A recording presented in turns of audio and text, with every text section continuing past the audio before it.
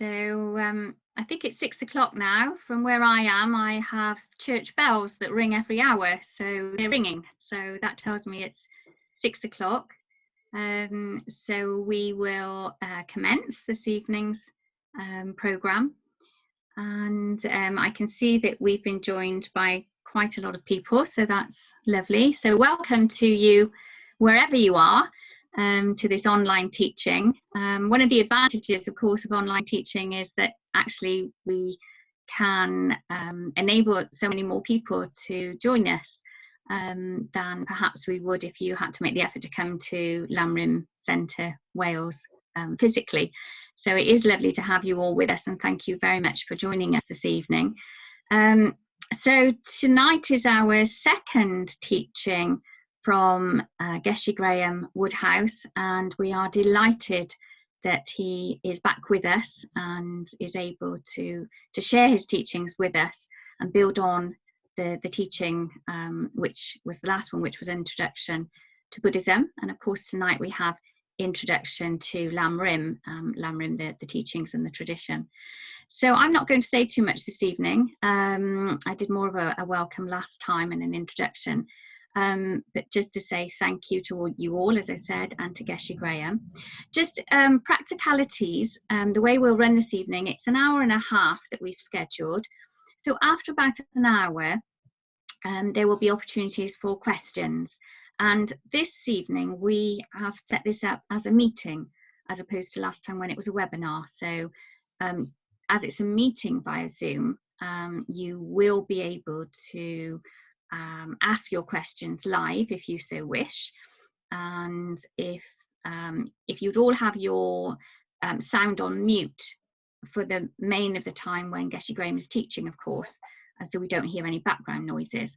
But if you then wish to ask a question after about an hour, Jason is going to very kindly monitor and sort of chair that session of questions and answers.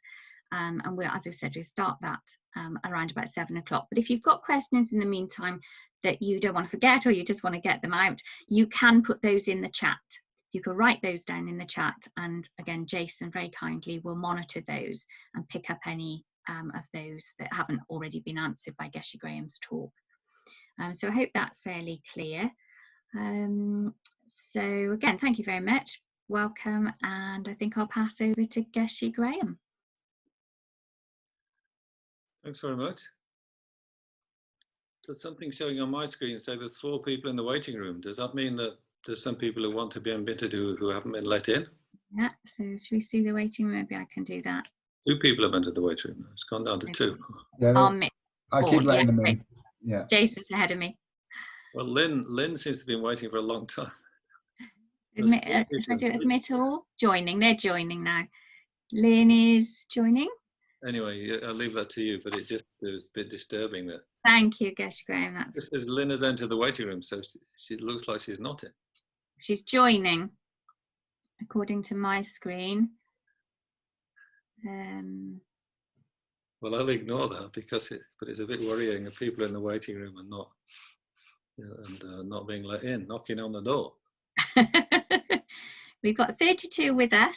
I'll see if I don't know whether I can message Lynn privately and see. Okay, Jason, can you show us the first text then, the refuge prayer? So, before we do anything else, let's just recite the refuge and bodhicitta prayer 3 times. Always the best way to begin. I know we can see each other simultaneous sometimes on Zoom. I'm not sure we can hear each other. So it's not really a successful medium for group chanting, but anyway, we're going to take refuge and generate bodhicitta if we can. To Buddha, Dharma and find fellowship, I go for refuge till enlightenment. By my collections giving and the rest, may I reach Buddhahood for all being's sake. To Buddha, Dharma and find fellowship, I go for refuge till enlightenment. By my collections giving and the rest, may I reach Buddhahood for all being's sake. To Buddha, Dharma and find fellowship, I go for refuge till enlightenment. by my collections giving and the rest, may I reach Buddhahood for all being saved.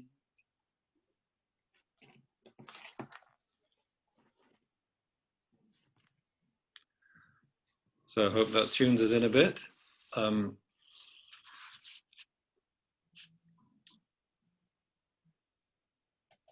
Jill did not say that I'm broadcasting from Nalanda Monastery, France, just like last time, so I'd just like to point that out. So I'm very grateful for you all turning up and for the help of people making this possible. So I'm also grateful for, you know, being able to use the facilities of Nalanda Monastery to get in touch with you all. So our theme is Introduction to the Lamrim Tradition. Simple introduction. And as you've been advised, I hope, you know, questions later on when we had an hour's talk or so.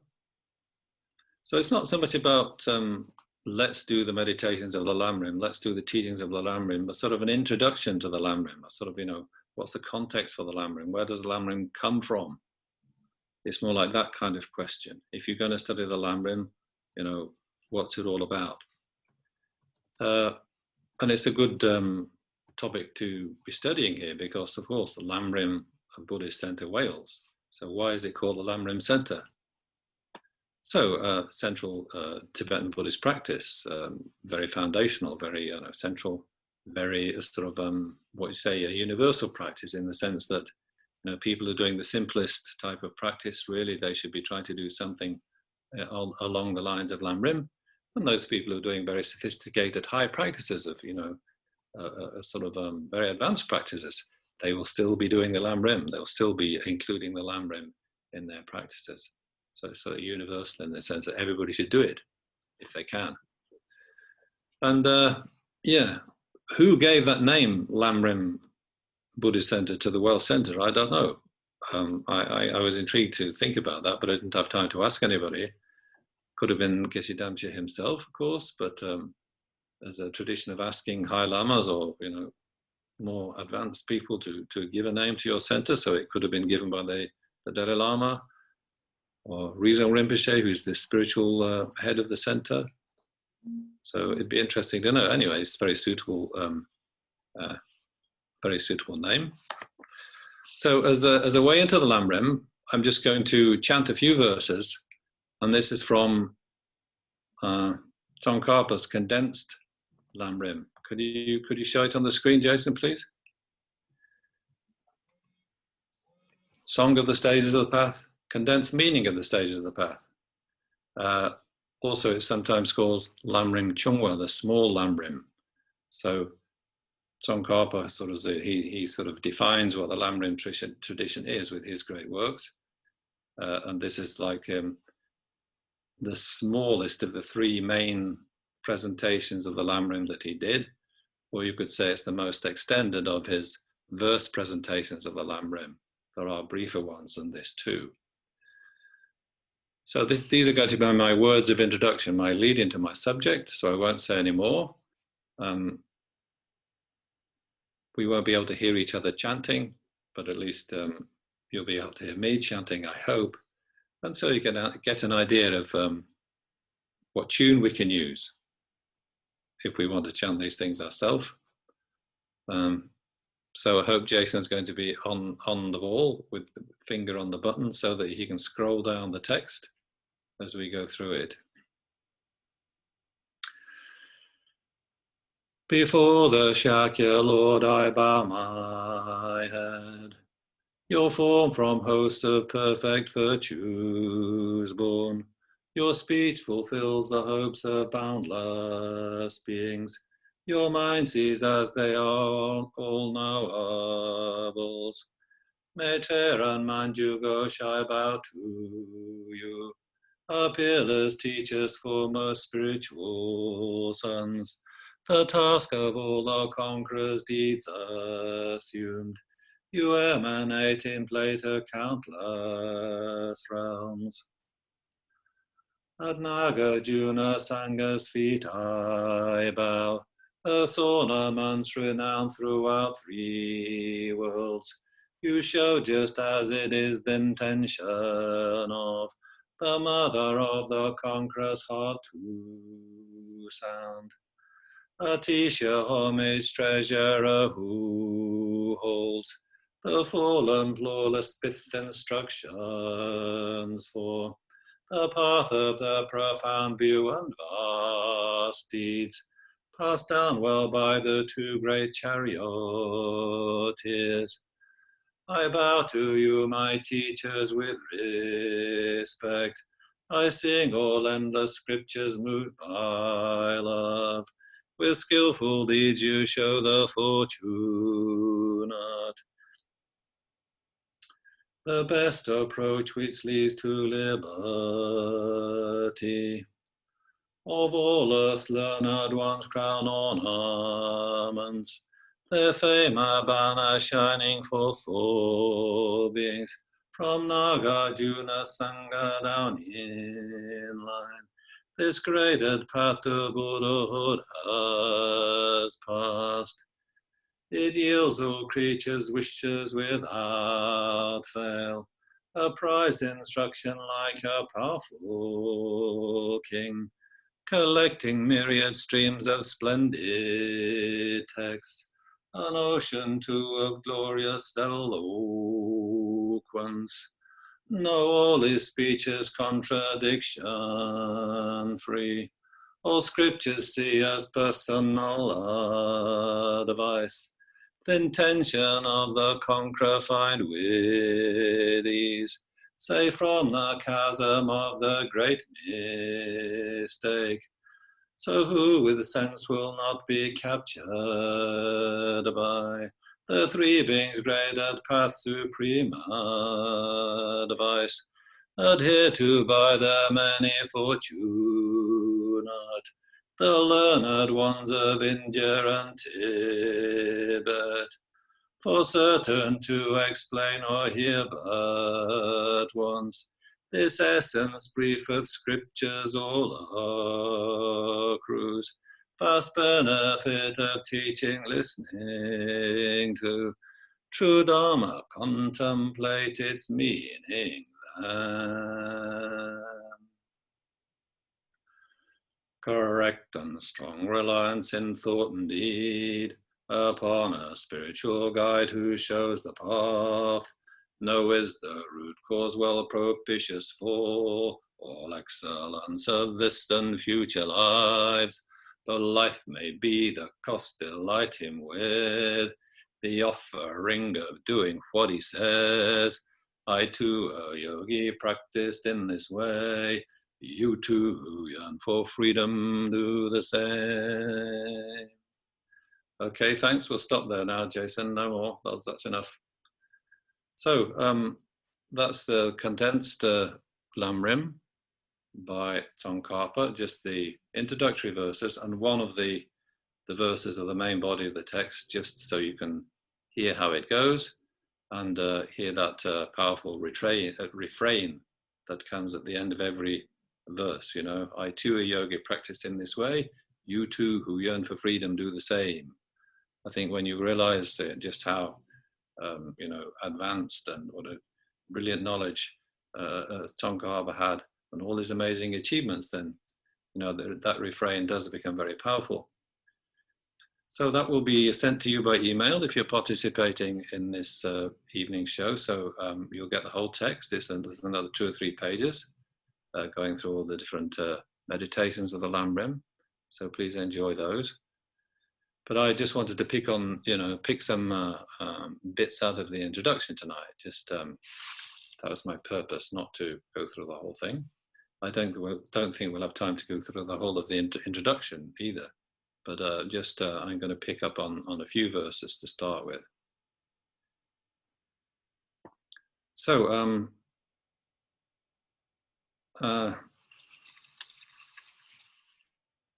let's say the first 5 verses. Well, we could have it on the screen, Jason. We're not going to chant it anymore, but we could still look at it so I can comment on a few lines, if you don't mind. Just that first page, yeah, thank you. The first 5 verses, really, of that left-hand column. So these verses are also in the beginning of the Lamrim Chenmo, the great treatise on the stages of the path, which you may be familiar with, which is Tsongkhapa's greatest work of Lamrim. Just talk about it later. So you'll also find these verses in there. So they're obviously relevant to Tsongkhapa's agenda in composing these Lamrim texts, and indeed, you know, defining what the Lamrim tradition is.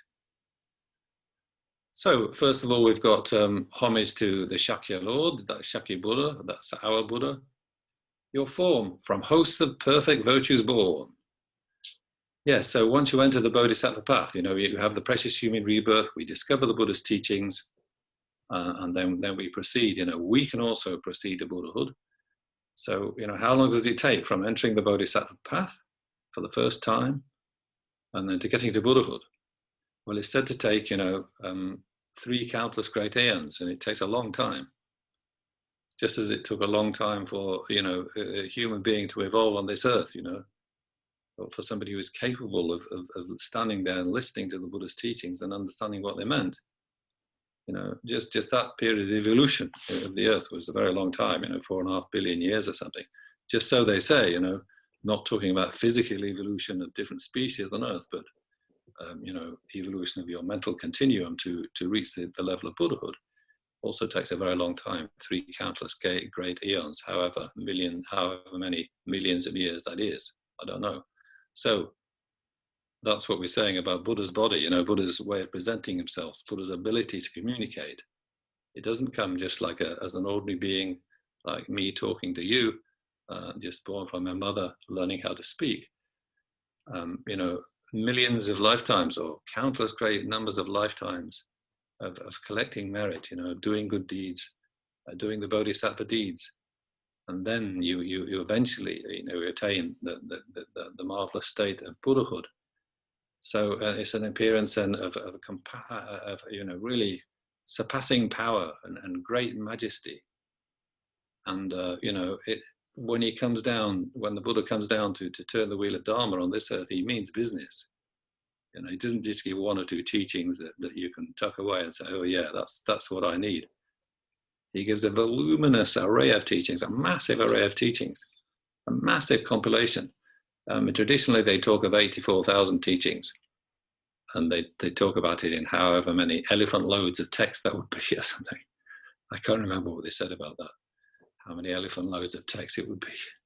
But anyway, there's many teachings that got lost, but there's still 108 volumes.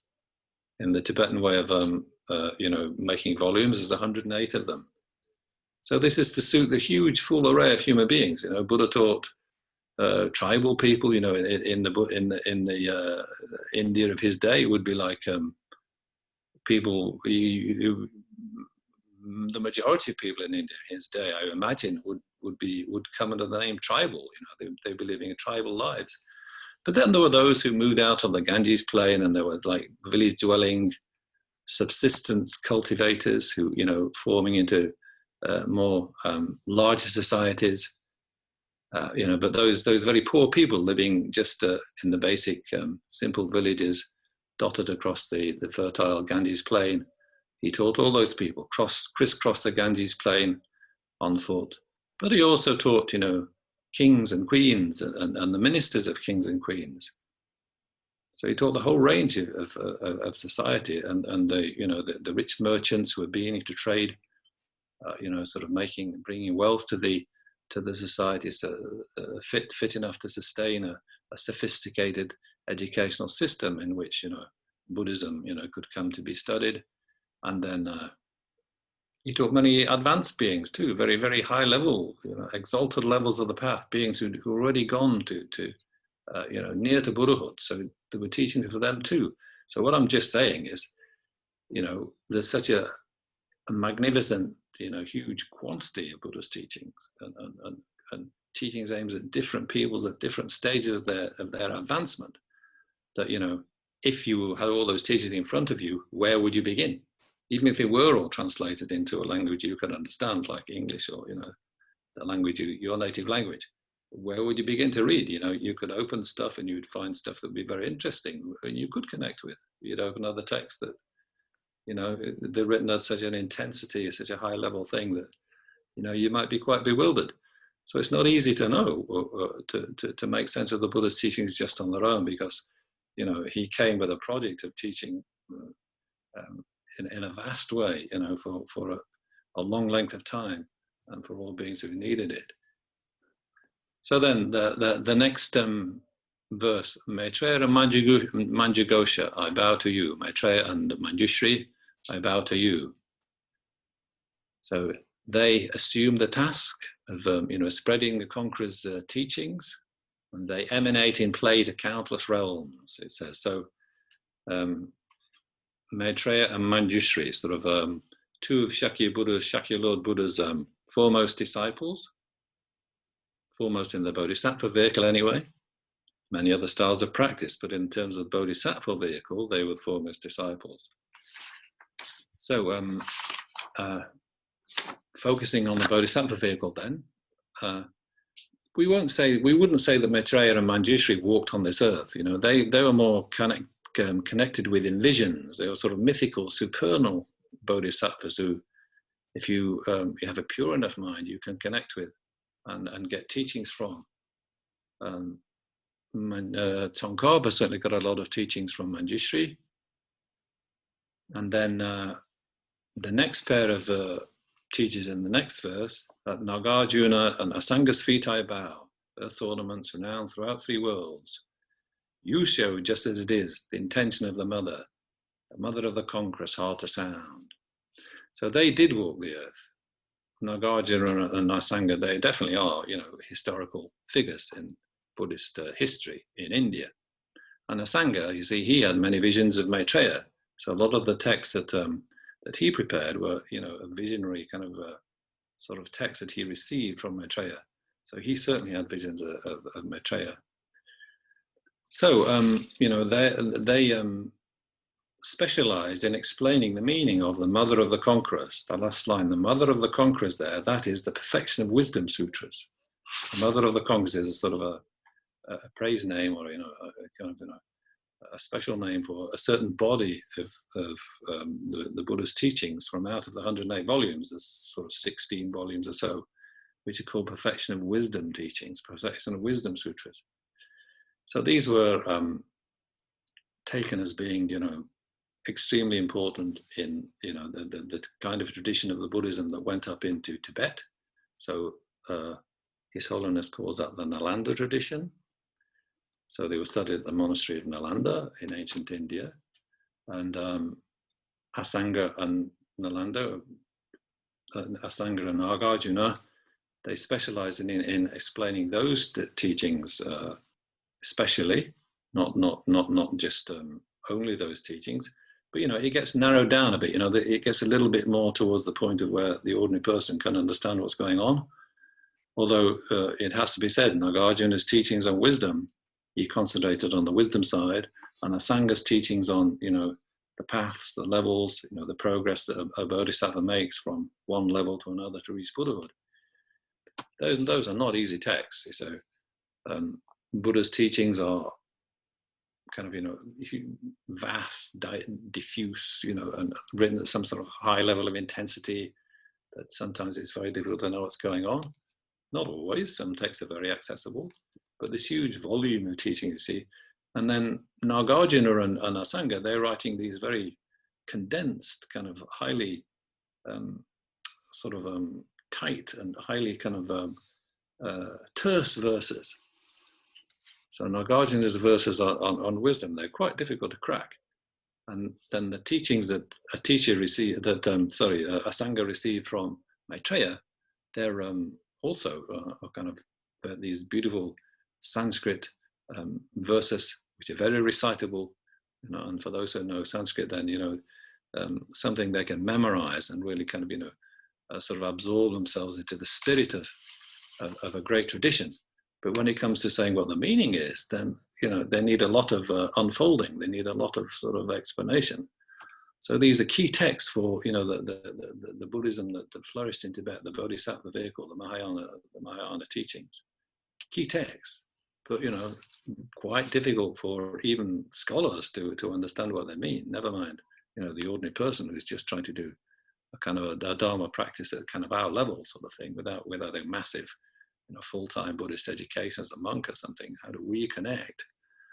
So you can see that we need some help, right?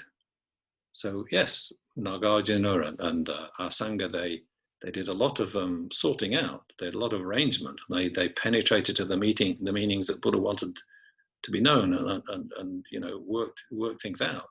But still, their texts remain difficult of access to the ordinary person. So then, after them, after them, sort of Nagarjuna was born 150 years after, in the Common Era. Asanga maybe a couple of 100 years after him. So let's move on now to Atisha. So he's 982 to 1054 BC, after the Common Era. So it is about 1,000 years after Christ. So yes, he's one of these Indian classic masters, and he studied not at Nalanda, but in another monastery called Vikramashila. Have you got a picture of that, Jason?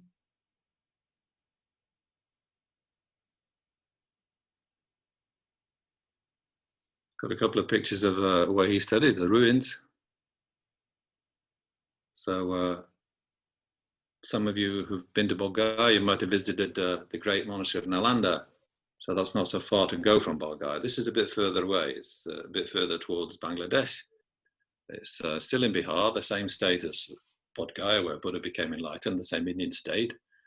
And it was part of the same kingdom, when these monasteries were founded. So they're both, Nalanda and Vikramashila, were very much connected. But it's a bit further away, a bit to the east, quite near the River Ganges itself. So this is Indian Buddhism of this sort of monastic kind, flourishing in about 1,000 years at the Common Era. Can we see the next picture, Jason? Just another view of the same monastery.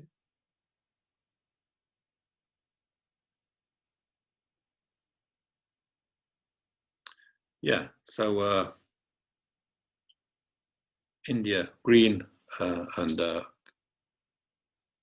fertile. It's heavy monsoon, quite a different climate from Tibet. But at this time, you see, the Tibetans were getting interested in Buddhism. So by the year 1000, Buddhism had already reached Tibet, maybe a couple of 100 years before this, but it had been suppressed. There'd been anti-Buddhist kings got on the throne, and they suppressed Buddhism in favor of older styles of practice, and power struggles, and a disintegration of sort of the social law and order. So Buddhism had a kind of suffered some setbacks, and it spread to Tibet, and it was still there, still surviving. People very keen, but corruption and crept into the practices. People sometimes didn't know what they were really supposed to be doing. And one king in the west of Tibet, who wasn't a king of the whole of Tibet, he was very keen that this connection with India should be renewed. So he made great efforts to get some Indian master to come to his kingdom to present Buddhism to his people, and so they could all learn what they're supposed to know and do things properly, instead of just not being quite sure. And it's a very interesting story how this king persuaded Atisha to go to Tibet. A long way, terribly long journey. But it was kind of worse for the Tibetans coming to India, because the Tibetans came to India in groups, like to go to one of these monasteries to invite Atisha back to Tibet with a bag of gold or something. But they simply all got sick and died. They had these kind of bowel problems and malaria, whatever it is, so difficult for the Tibetans to cope with. So it was a story of kind of quite some hardship, which becomes one of the myths of how Buddhism reaches Tibet. It's quite a moving story, really, when it's told, as the Tibetans like to tell it. But eventually, anyway, not to make too much of a story of it, Atisha did go to Tibet. He did get there. He got permission from his abbot, who was very reluctant to let him go because he was one of their top scholars, of course, top teachers. So it wasn't easy to get permission to go, and it took a sort of a year to get to Tibet. You know, such a long way through Nepal and everything. Anyway, he eventually gets there, and you know, he takes this mature Buddhism. You know, Buddhism has been practiced for over 1,000 years, 1,500 years, and a chance to develop fully in India, and it's reached some sort of kind of high point. I mean, I'm talking about Sanskrit Buddhism, yeah. I mean, there's Pali Buddhism. This is another kind of Buddhism, so that's had a different flourishing. So I'm not really including that in my thoughts. That went to different countries. Sanskrit Buddhism, you know, the Bodhisattva vehicle type of Buddhism, had already gone to China because that goes around the Silk Road to China. But now it was, you know, coming back to Tibet, and Atisha proved to be a brilliant teacher, and you know, he turned out to be a very much very notable, very much loved teacher. So he sort of managed to teach the Buddhism that the Tibetans needed, and you know, the Tibetans are very grateful to him. So the king, by the time he arrived there, was called Jajab. So there's a king of Ngari of Western Tibet, and Atisha was only allowed to go for 3 years though. So after 3 years up, he was supposed to go back to India. So he set off, but they got as far as Nepal, but there was some war going on. War was raging, so it was very dangerous to go any further. So he turned back, and he ended up spending the rest of his life in Tibet. So he spent another about 17 years in Tibet altogether teaching. So instead of him personally going back to Vikramashila, he sent this text. You know, all the things they'd been teaching for those first 3 years, he condensed them into a short text, which he called The Lamp for the Path to Enlightenment. And so he sent that text to his monastery in his place, you know, and according to the story, the monastery was very pleased to receive the text, such a masterpiece and so forth. Anyway, so this is the text which kind of, you know, sort of initiates the Lamrim tradition. And Tsongkhapa speaks very, very highly of Atisha, you see, as being this precious teacher who came to India and taught the teachings that, you know, he was able to connect with and develop with his own Lamrim composition. So he calls the Lamp for the Path, which is, he calls that the original Lamrim text, and bows down and, you know, really admires Atisha intensely. So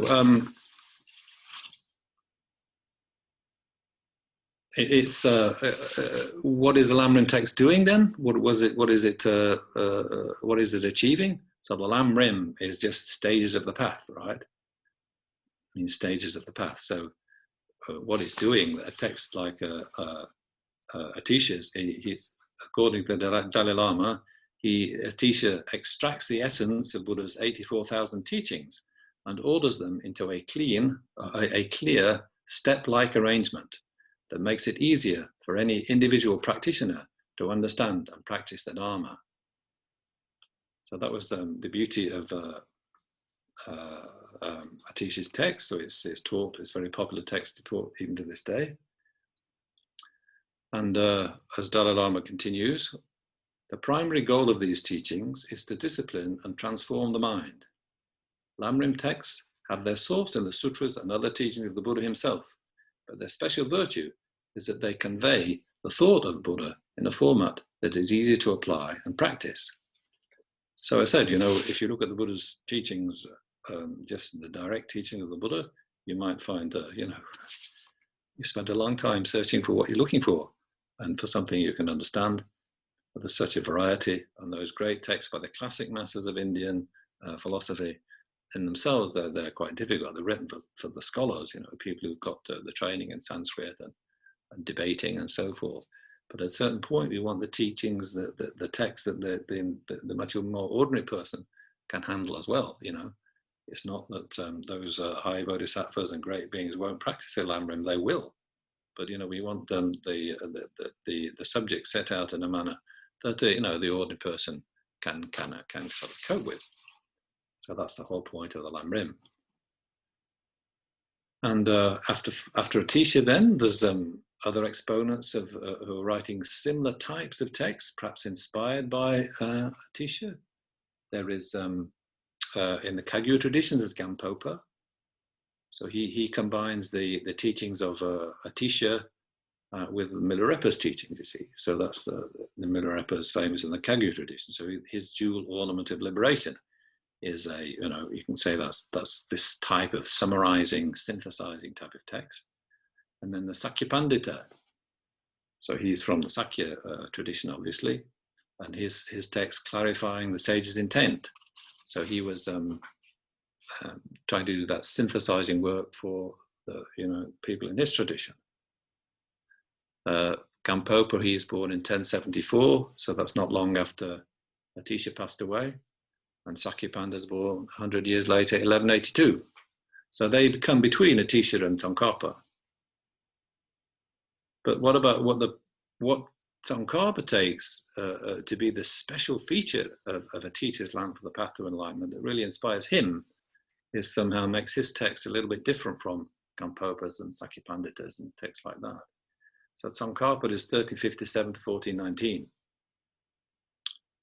So at this time, the Kangyur has really more or less been translated in Tibetan and formalized. And the Tengyur, the great texts of the Buddhist speech and the great classical Indian masters, they've been sort of really finally, properly translated and arranged into so that they're available in Tibet for people to study them. So he's coming at a time when sort of Buddhism is reaching a certain point of penetration into Tibetan society, many monasteries and lots of study going on.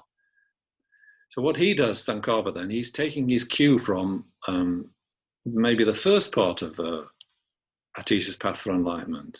So just the first 4 or 5 verses. So I'm just going to read those. So this is not my translation, but just what was Atisha saying.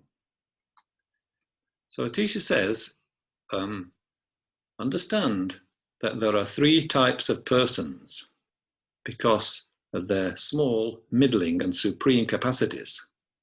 I shall write clearly distinguishing their individual characteristics.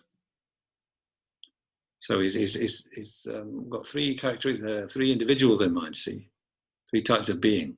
So he wants to write his Lamrim with those 3 in mind. So verse number 3. Know that those who, by whatever means, seek for themselves no more than the pleasures of psychic existence are persons of the least capacity. So these people are doing Dharma practice. We're not talking about people who are just sitting around, drinking chang, drinking beer and kind of taking a worldly approach. We're talking about Dharma practitioners, but these people are not, haven't got as far as wanting to get out of cyclic existence or anything like that. So they're doing their Dharma practice with the aim of getting a better rebirth in future. Maybe they feel they're uneducated, or they're too busy in this life, or they are, of hardship or poverty or something. So it's not possible for them to do much Dharma practice in this life. So they're aspiring to be able to do greater Dharma practice in the future, or else they're just aspiring to have a more comfortable life in future, in the future life. And above all, they've got to avoid being born in the 3 lower realms. So that would be a great disaster. So they have an agenda, kind of a Dharma agenda. They're thinking about their next life as much as they can, but their agenda is still sort of within the confines of cyclic existence.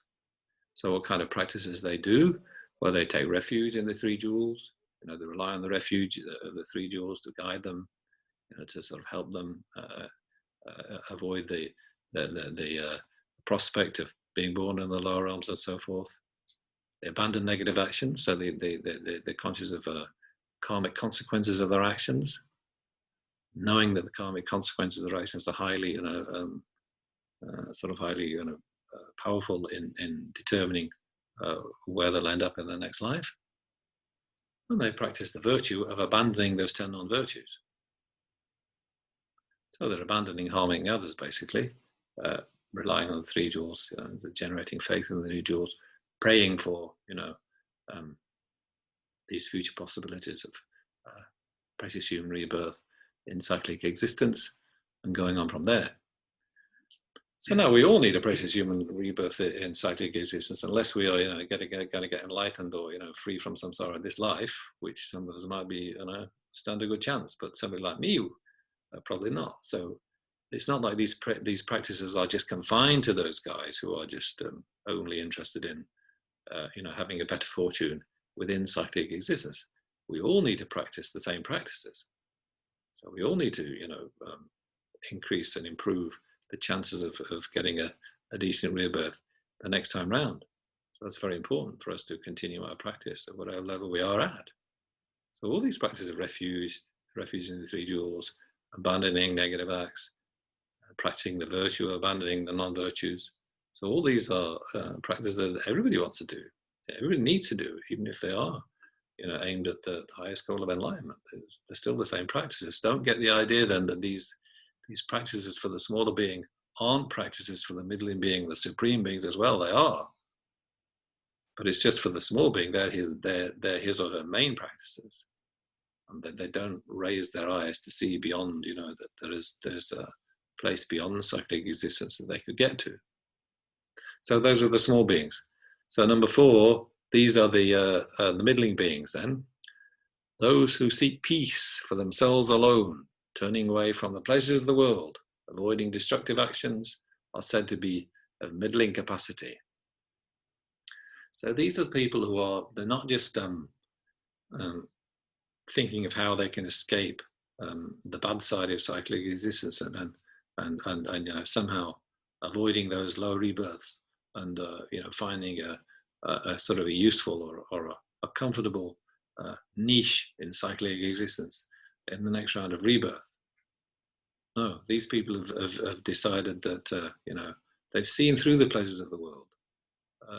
They've seen through that even the best of births in cyclic existence is not fulfilling in the long term. As long as we're doomed, to take on, go through the round of birth, aging, death, again and again. So how are we going to have peace? How are we going to have happiness? How are we going to have freedom if we just, caught up in that cycle and never doing anything about it? So they're going, for individual liberation. They're going for the peace for themselves alone. So they're saying they're studying the Buddha's teachings. They're studying the truth of suffering, the cause of suffering, and they come to realize that even the temporary pleasures of cyclic existence are suffering in a way, in the sense that they're just transient and cannot be depended upon, and that even a person in a good situation in cyclic existence, some disaster can come upon them at any time, and it does eventually. So they're sort of seeing a bit more clearly, the nature of cyclic existence being in suffering, and then, but they also see that there is a way out. They find in the Buddha's teachings, the inspiration that this isn't a state that we have to be in. Like we're not sort of chronically sort of addicted to suffering so badly that we can't extricate ourselves. And then the method lies within our own hands. So it depends upon us developing wisdom. Yes, we refrain from the negative actions that we're talking about here. Yes, we do those actions of controlling our impulsive behavior, but then we get further into it. See, so where are these impulsive negative actions coming from? They're coming from deluded states of mind, afflicted states of mind, sort of unbalanced states of mind. So where are they coming from? So then they're coming from ultimately from self-grasping. So it's something to be investigate. Is there an antidote to the self-grasping? Yes, there is. That's the wisdom and selflessness that the Buddha taught. So they say yes, right. So right, that's my aim in life then, to practice this path. I get to freedom from cyclic existence. I don't have to be born anymore. Sort of a kind of withdrawing into that state of peace and freedom. So that's the person of the middle capacity, you see. So then verse number 5 of Atisha's Lamp of the Path. Those who through their personal suffering truly want to end completely all the suffering of others are the persons of supreme capacity. Yeah, so these people now, the great people, or the supreme type of beings, it's not so much about my suffering, it's not so much about me who's got all my hang-ups to get rid of, but what about, aiming to free all beings from suffering? If I can do it, if I can get out of suffering, then presumably all beings can. So just having my own personal freedom, that's not so much, is it? If I have my own personal freedom, but everybody else is left behind just to get on with being thrown about by the waves of cyclic existence and kind of battered by the sort of the problems and the hassles they have, and I've got some sort of understanding of what the path is and how to bring an end to that cycle of suffering, but I don't share it with the others. I just go off to my own personal peace. So that's not enough. That's not so clever. That's not so admirable. A great achievement. Yeah, let's not knock it. Let's not criticize. Of course, it's a fantastic achievement to be able to find your way out of cyclic existence. But the person of supreme capacity says, I don't want to go that way. I want to be here, and any realization that I achieve, or any state of kind of understanding, or state of power or prosperity that I achieve, that I want to share it with others, so that they can also take this path, so we can all get to freedom. And the most useful person who can really deliver people out of their suffering, of course, is the Buddha. Somebody who's got the complete knowledge and complete passion and complete energy, sort of that they're able to work with people exactly how they need it. So that's what I'm aiming for. I'm aiming for Buddhahood for the sake of all sentient beings. So that's verse number 6 then. For those excellent beings who desire supreme enlightenment, I shall explain the perfect methods taught by the spiritual teachers. Yeah, so that's the three types of beings, you see. So this method of summarizing the whole breadth and depth of the Buddha's teachings into stages of the path of practice, but in terms of these three beings, this is kind of what Tsongkhapa saw as being, the way to take the essence of Buddha's 84,000 teachings and to explain to people who need a methodical kind of step-by-step presentation. This is the way to do it, through the framework of the three types of beings. Yeah, so and that's what he's really kind of admiring in Atisha's work, and that's the pattern he adopts for his own Lamrim text, Tsongkhapa I'm talking about. So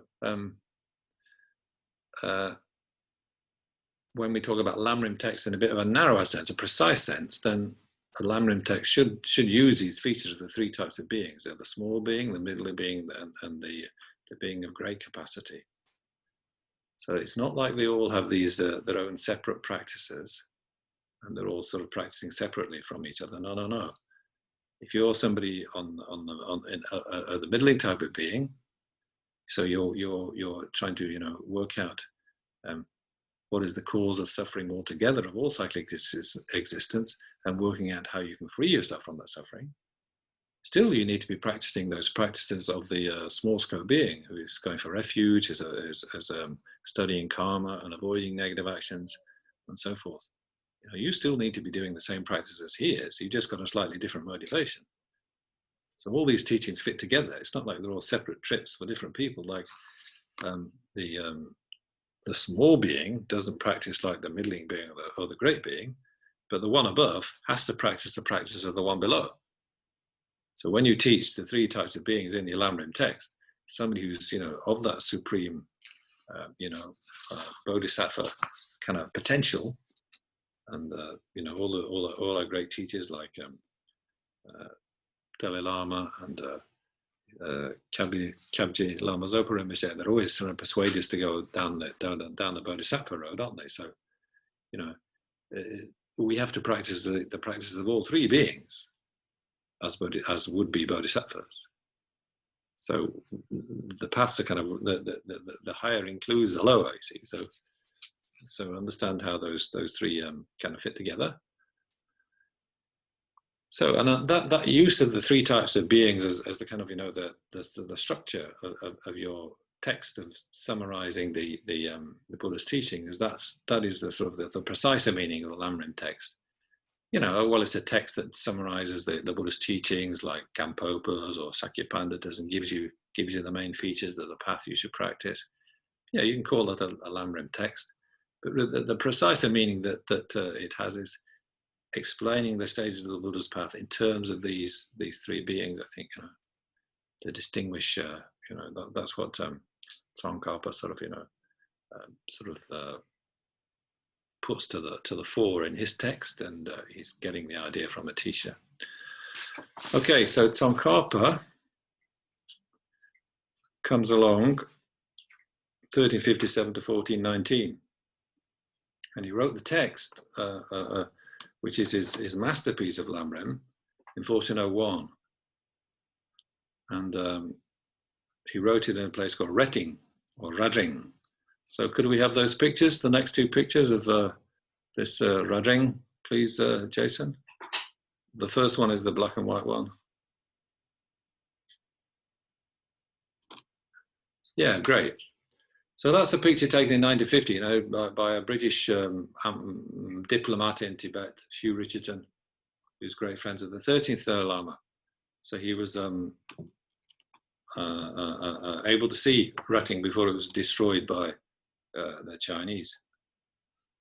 So that's not far from Lhasa. You know, it's like, I've never been there, I've never been to Tibet, but I understand this, in this valley that's running down by the side of the monastery, runs into the Sangpo, the great river that Lhasa is situated on.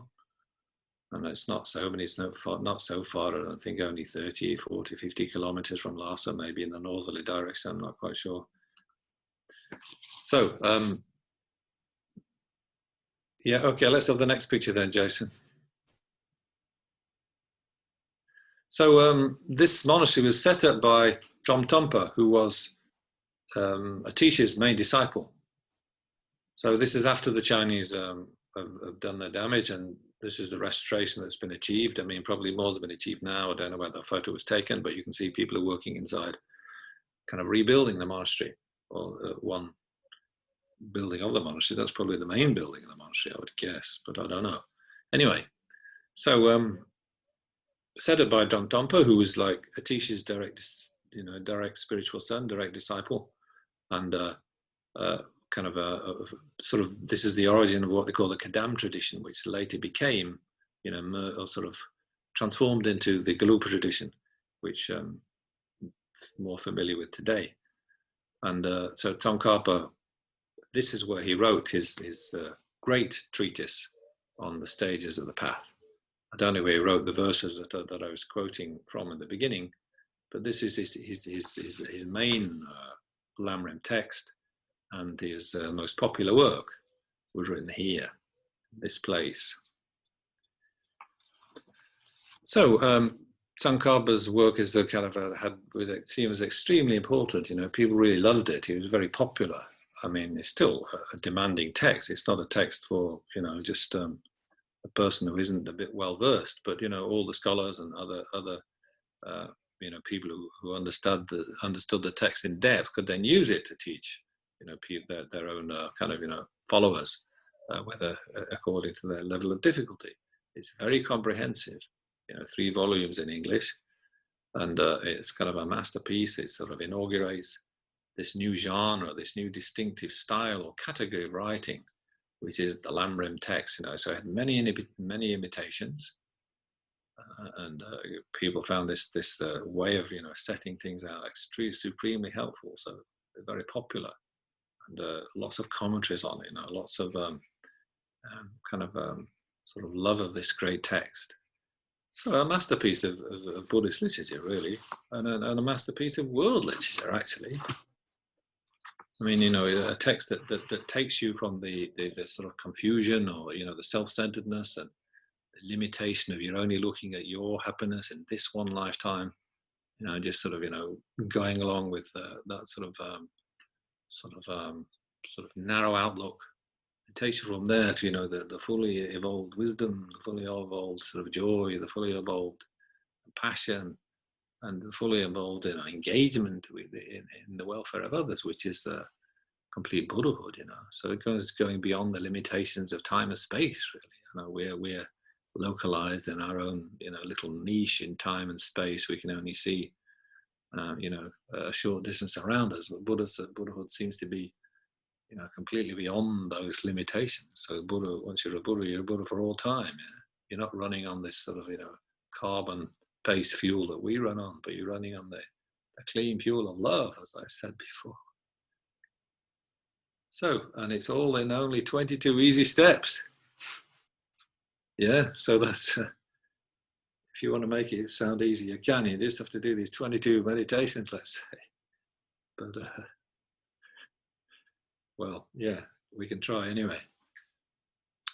So that's the Tsongkhapa's great treatise on the stages of the path. And it will be taught here in the Nalanda Monastery beginning January 2021 next year, over 2 years. So book your place. You know, you can go through the whole text if you come to Nalanda Monastery or follow those teachings. Yeah. So just got a couple of minutes left before I stop.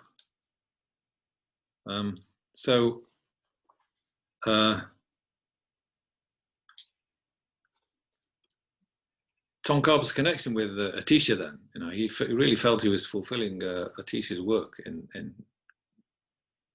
kind of writing his Lamrim texts and teaching them. They said that even when he was a child, he had visions of Atisha.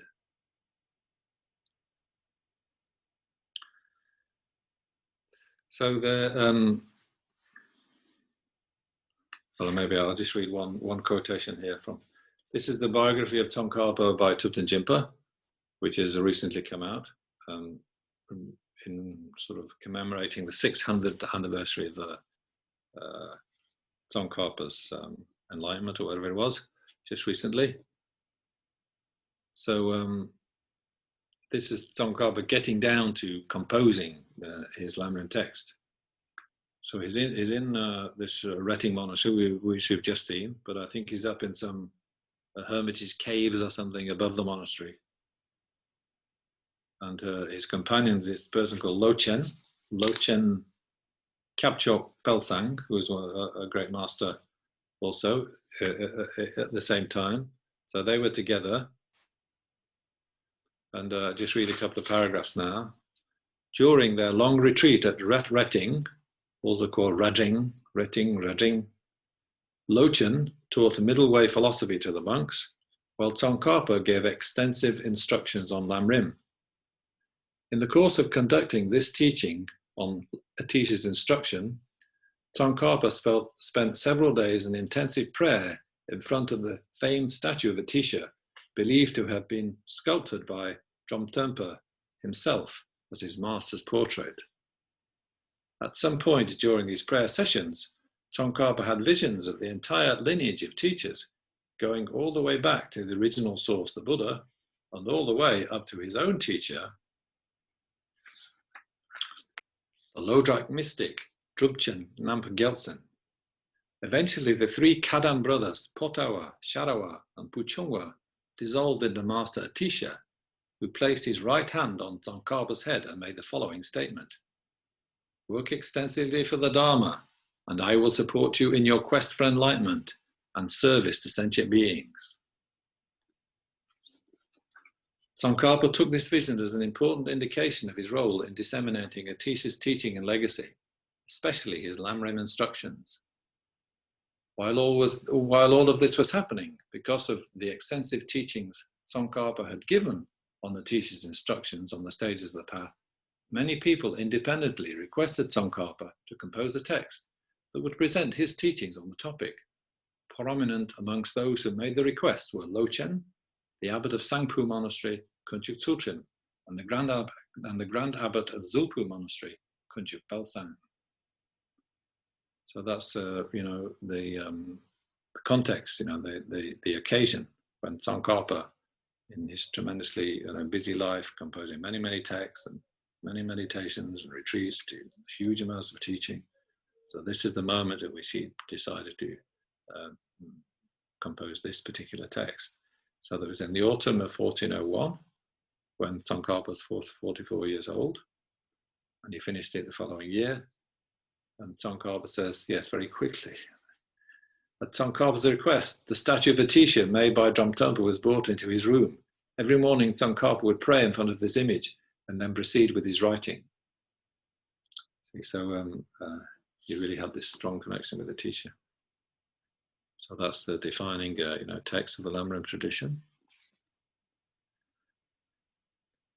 Tsongkhapa also wrote a middling length Lamrim, which might be a bit more accessible for those, the less of these quotations from the Indian masters that Tsongkhapa liked to back up every point he made with.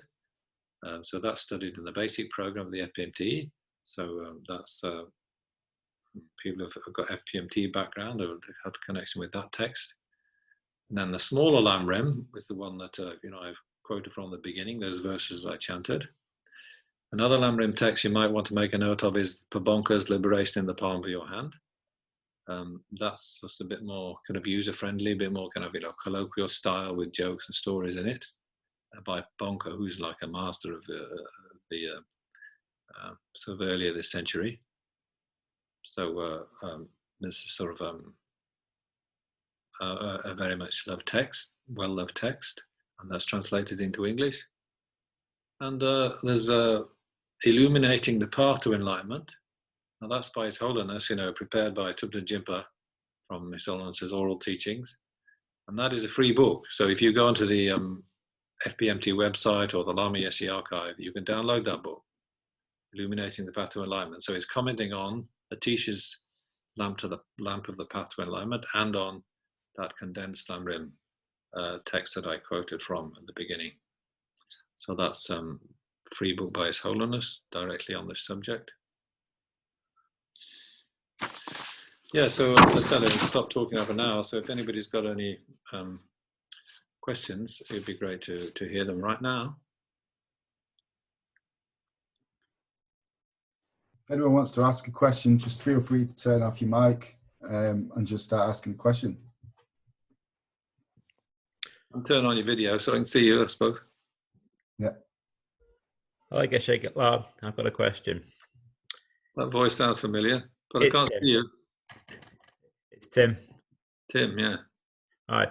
In the Lamrim Chenmo at the start, Lama Tsongkhapa goes to a large section on Guru devotion. How relevant is that to Westerners who are not necessarily familiar with Tantric teachings when they first come into the Dharma? And should that be, is it more appropriate for them to study that later on than right at the beginning of the Lamrim?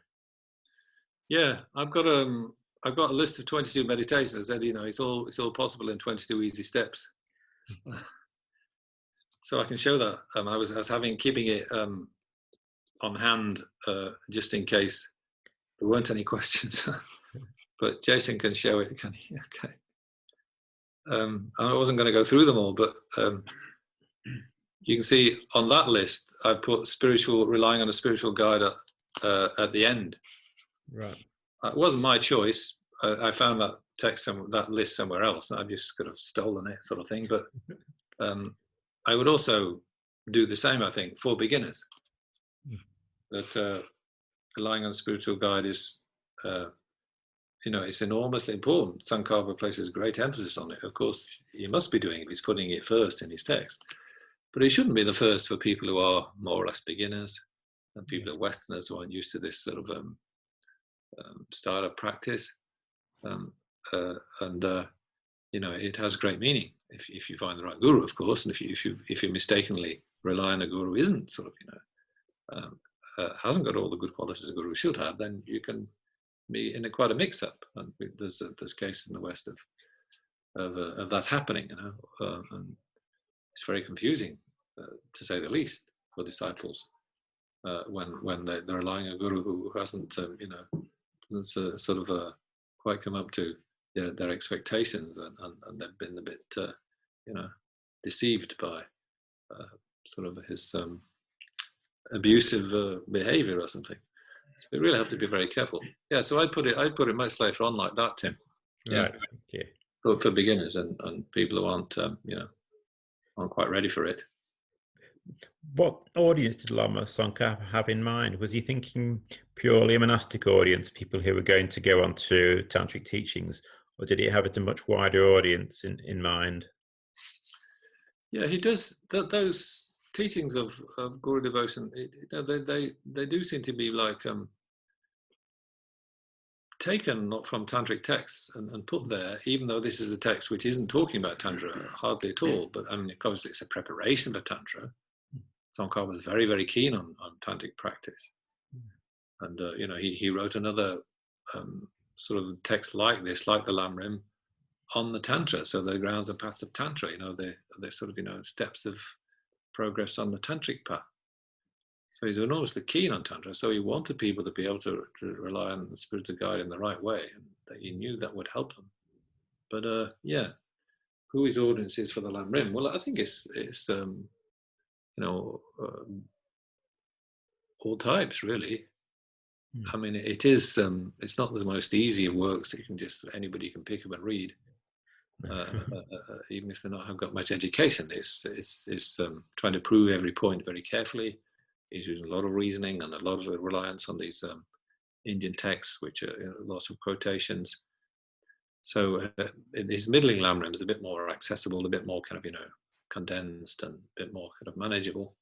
But yes, I think his audience is Buddhists as a whole in Tibet. I wouldn't really discriminate for any particular lot. Thank you. Thank you. I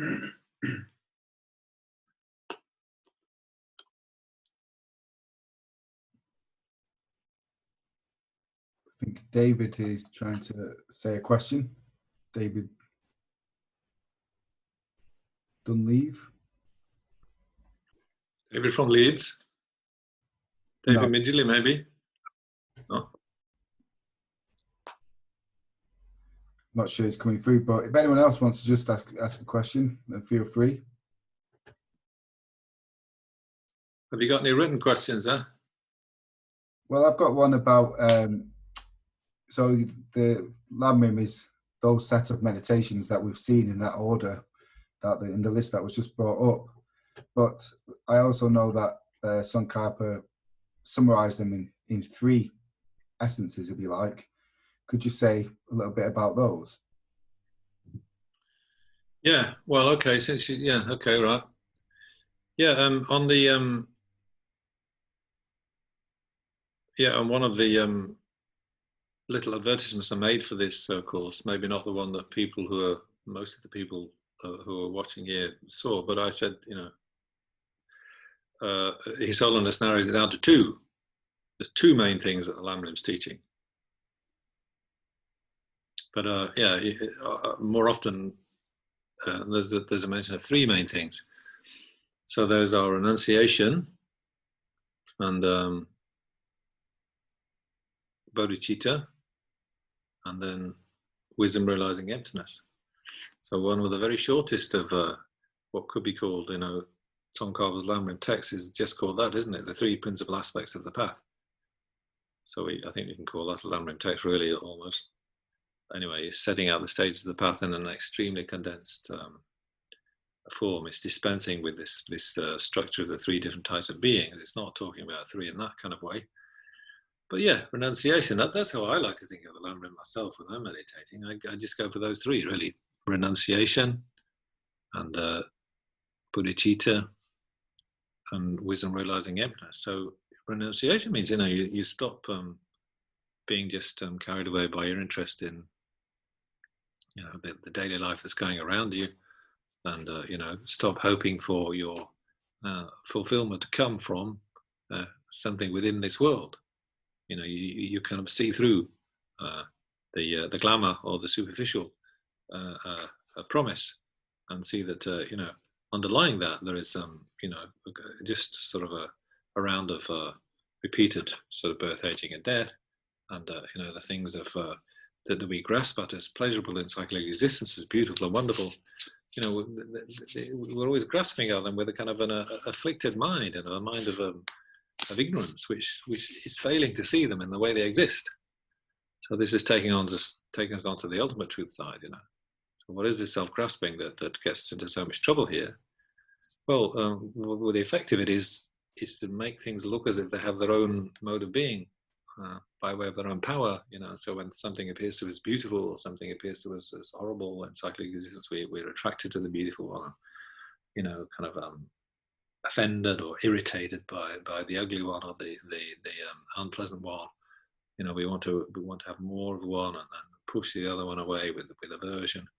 So we develop these minds of trying to handle the world around us, and developing these kind of afflicted types of attachment, and sort of aversion and anger and so forth. So it isn't helpful at all, but it's coming from not understanding the way things really exist. So the cyclic existence runs on that misunderstanding. You see, it runs on that kind of attachment and kind of clinging, and so it's bound to be faulty. When we're kind of born with that kind of self-grasping, to start with, and just going along with accepting the way it makes things appear to us as if that's the way they really are. Can't see their actual nature of being merely dependent arisings, then everything we do is kind of tinged with this kind of mistake, and just perpetuation of cyclic existence. So you want to get rid of all that. So the way to deal with this is cut through it by realizing emptiness. So we're trying not to be deceived by the deception of cyclic existence, the confusions, the illusions, and the delusions. But then, like we said before, like not thinking about just on our own account how we can be rid of this kind of headache, but let's work so that we can all be free. Let's work so that we can all kind of see the cyclic existence is something we just got to cut through and reject, and do away with. So there's the Bodhisattva approach. How do we do that? We have to become Buddha, fully enlightened, not just get out of suffering on our own account, but be the full, complete, perfect enlightenment of a Buddha. So that's the compassion. And so then the third kind of the three principal aspects then is wisdom realizing emptiness. So that is the third principal aspect of the path, the ultimate truth. So realizing that is the third aspect. So is that what you're talking about, Jason?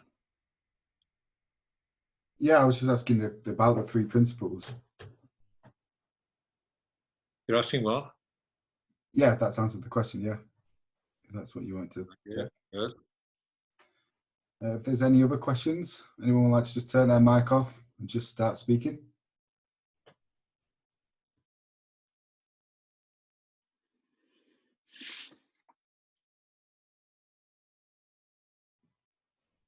So I've got another one here. If there's not another question, and that's about whether the Lam Rim is whether you can practice it if you don't believe in past and future lives, for example. Well, I think there's a practices that Buddhism's got to offer for people who are not that way inclined.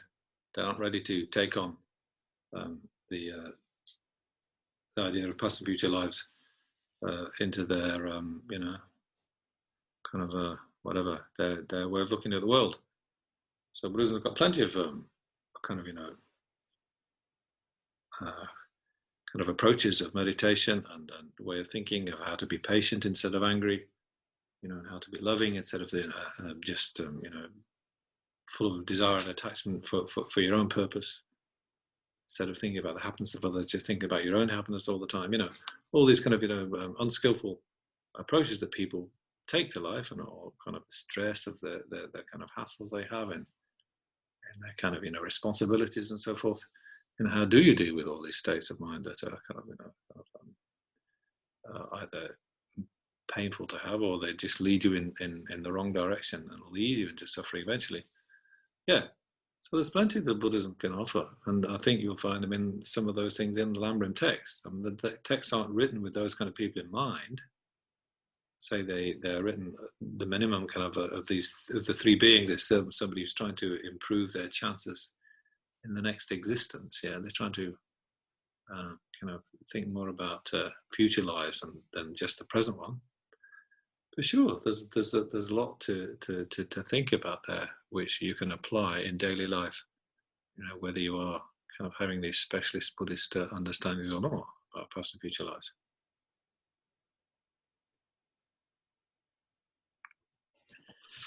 So I'll leave the floor open again for another question, and if not, I've been passed a bit of information from David Johnson. At the start of the talk, you queried how the centre in Wales became known as Lamrim. Yes, yes. And he sent me a message, and David Johnson is one of the current trustees of Lamrim, and said, when Geshe Damcha asked His Holiness the Dalai Lama what he should teach in the West, His Holiness replied Lamrim, and so Geshe chose Lamrim as the name of his centres. That's the memory of David. Yes. Okay. Thank you, David. That explains that, and that's kind of that kind of fits very well, doesn't it? Really, His Holiness having the input, but then Geshe Damcha finally choosing the actual name of the centre himself. That's nice. That's good. Can I ask a question? Yeah. So you're talking about the supreme sort of level and the middle level.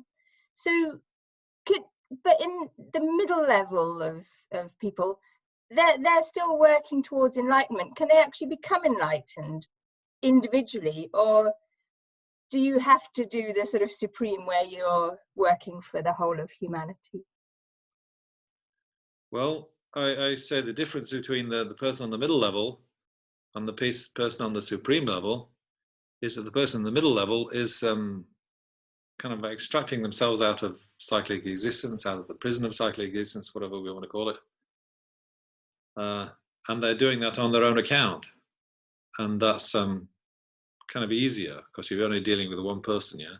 So as soon as you can get out of the place, you can, then you do. So you then rest in kind of your individual solitary sort of peaceful meditation on emptiness, and you don't have to arise from it and get thrown back into miserable rebirth and so on.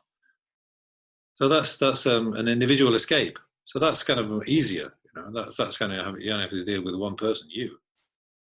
Whereas the person who's going for on the supreme capacity, they're the person who are trying to get to full enlightenment. So they're not just content with their own escape from cyclic existence. They want to be totally empowered at a level of Buddha, so they've got all the complete wisdom and all the complete compassion. Yeah. So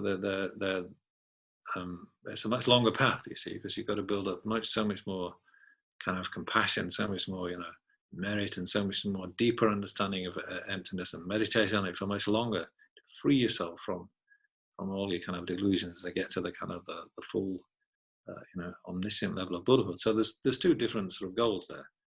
So the one of the middle capacities is going for their own private, peaceful escape, whereas the person who's the Bodhisattva, they don't just escape as quickly as possible.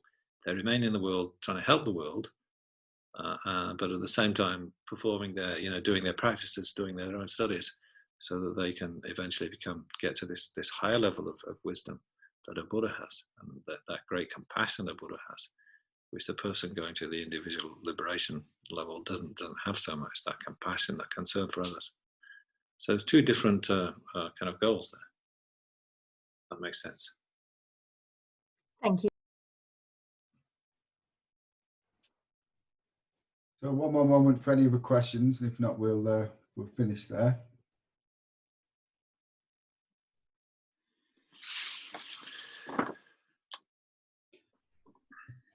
Great. Well, I think that might be it then. So maybe we finish with a dedication. A question here. We'll do. I thought maybe it would be nice. We have this list with 22 meditations to have like one very small meditation so that people know what they could do. The guy here wants to see the 22 the list of 22 again. Can you put that on, Jason? We'll send it to you. We're sending all these documents. He already sent it. You've already got it. Can you put it on the screen? I don't think we've got time for a meditation where you go through all those. No, just one. Maybe just focus on one topic so that people understand how they can do one meditation on one topic. Not really got time. This is 1 or 2 minutes. 1 or 2 minutes. Okay, pick one. What do you want to? What do you want to meditate? Death and impermanence. Death and impermanence. Oh, my favourite. Yeah. So I mean, if you look at the outlines, like the list of things that comes up in the Lamrim Chenmo, there's a lot more than 22.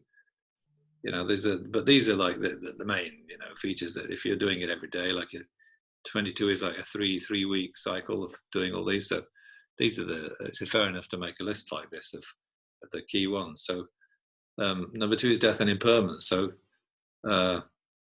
Joris here wants to meditate on that one, just by way of example. Well,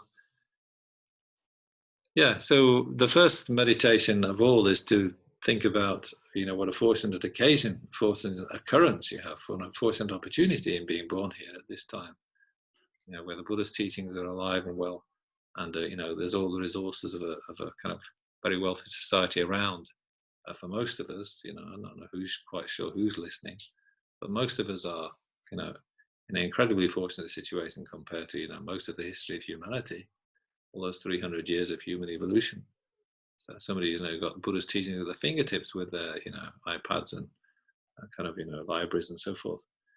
So really fortunate opportunity we have, but it's all, you know, extremely fragile. It's all extremely kind of transient, whether it's our own life or, you know, the life of our society now, or the life of, you know, the biosphere here. But the traditional meditation, without talking about climate collapse and so forth, is meditating your own personal brevity and the instability of your own personal life. So the meditation on death and sort of gross impermanence, there's meditations on subtle levels of impermanence too, but, you know, the simple initial one is you have to keep reminding yourself that you are, you know, you're going to die very soon, basically. And then make sure, I mean, you say, well, that makes me panic. I don't want to think about my death, you know. But a practitioner will, because they, you know, they don't see death as the end. Even if it is the end, you know, by remembering that you're going to die soon, it cuts out a lot of the rubbish, you know. You know, you attempt to get angry with people, waste your time in sort of fruitless emotions, which just kind of, you know, kind of a surge of your own sort of clinging to your own self-importance or your own self-pity or something, and do they really help, you know? So if you remember your death, you kind of maybe much more, you know, careful with you know, what you're doing with your life, and trying to make it very meaningful, because you know it's it can be taken away from you at any moment. So you want to be doing something very precious with what you've got now, instead of, you know, squandering it on just sort of superficial entertainments, or, you know, as I say, indulging in kind of sort of emotions that don't make you happy, don't make anybody else happy, you know. Anyway, so then you remember your death. I'm going to die. So you meditate on that. I'm going to pass away from this life. Even the Buddha passed away from this life. Life's getting shorter all the time.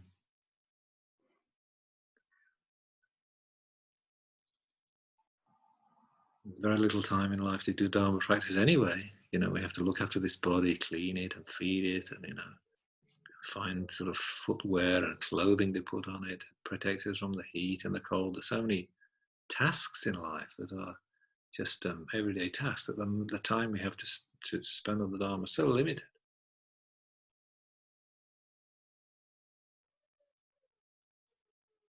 So that kind of meditation means, you know, we really determine to use this life as well as possible. And that means, you know, What comes after death? Well, what's going to help us after death is Dharma practice.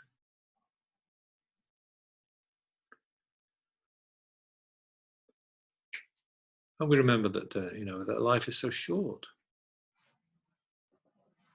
And death can come at any time. The number of ways we can die is numerous, numerous. The body is really very, very fragile.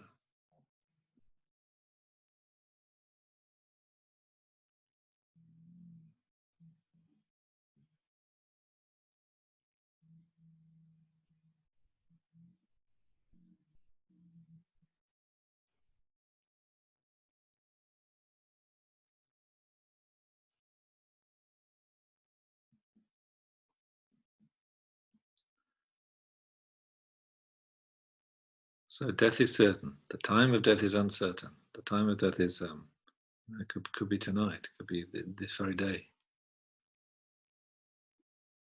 So we must practice the Dharma. We must practice it now. And then the last stage of the meditation, you think about well, what will really help at the time of death.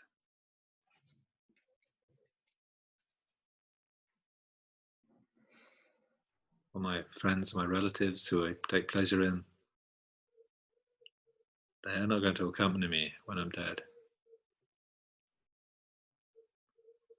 My wealth or my possessions, my favorite things, leave all them behind when I go.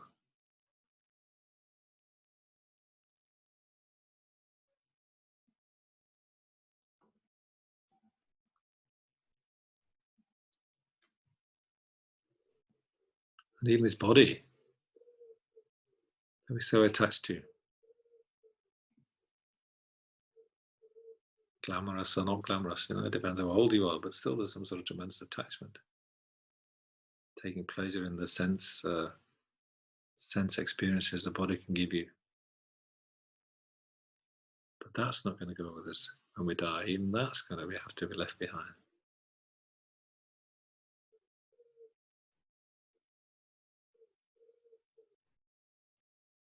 So when we die, it's just our minds with our,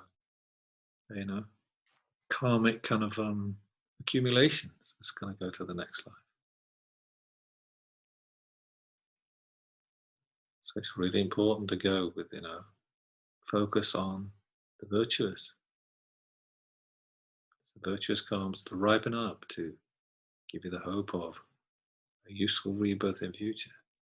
And negative karmas will ripen up to, give you a life of ignorance and frustration as an animal, great suffering, some great disasters, some kind of, suffering, some lower realm, far, far, far from being a human. So you really have to do your Dharma, work up your virtuous karma, rely on your Lama. So that's the message of the meditation on death, that you really have to get on with your Dharma practice. Sort your mind out. The time is very short. The Buddha's teachings are here to help us.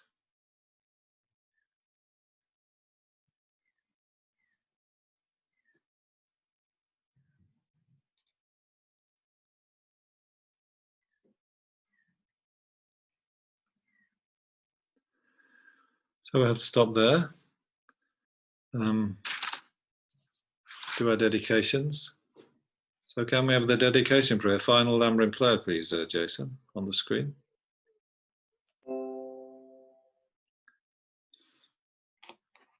Almost got it. That's it. So there's another one I'm going to chant now. This is also by Tsongkhapa, of course. So this comes at the end of his Lamrim Chenmo, the great stages of the path. There's a good set of verses where he does his dedication. And this is not all of them, but this is a prayer that's chanted very often at the end of His Holiness's teachings in Dharamsala and so forth. It's a very, very well-known and popular prayer. So I'm going to try and chant it. But the tune's a bit difficult for me sometimes.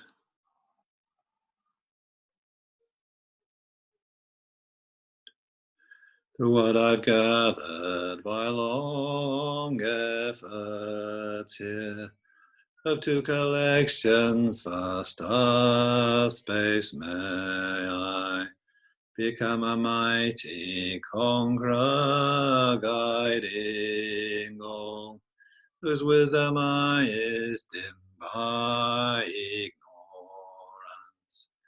until says time held by Manjushri's love.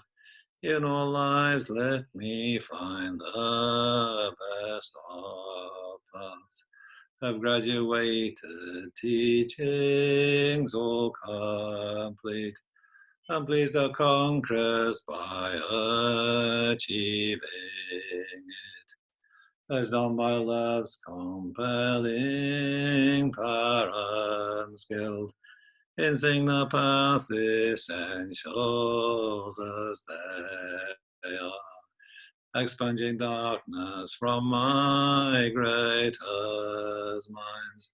The conqueror's teachings may I long uphold, where these most precious teachings of the best have not yet spread, or once spread have declined.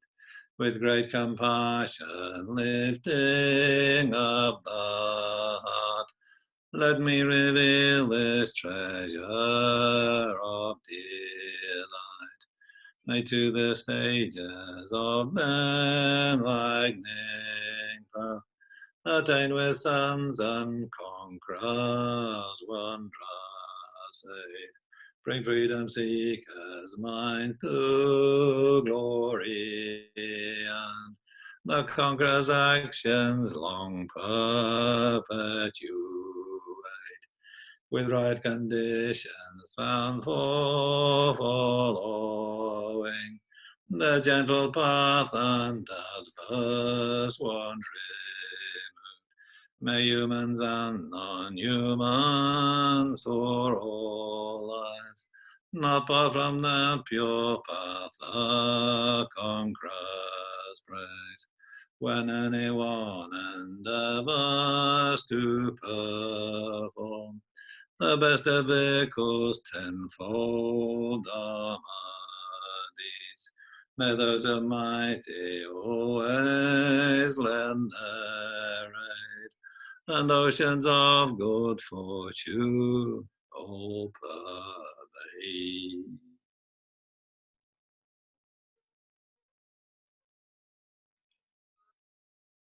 Okay, that's it then.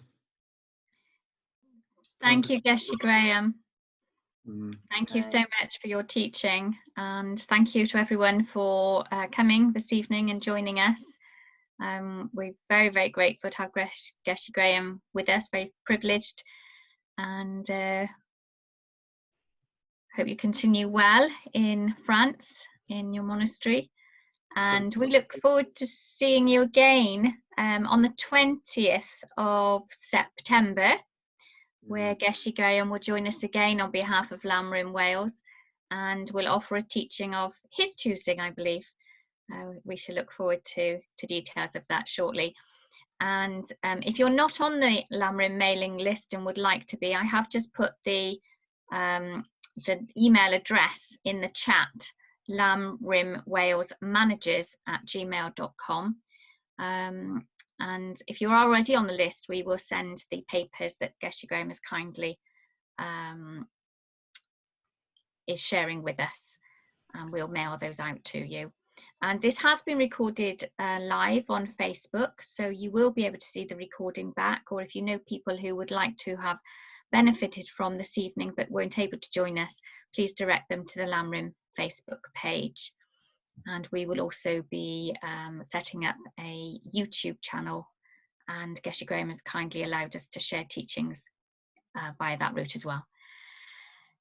So to everyone, stay safe and well, and especially to Geshe Graham there in France, thank you again.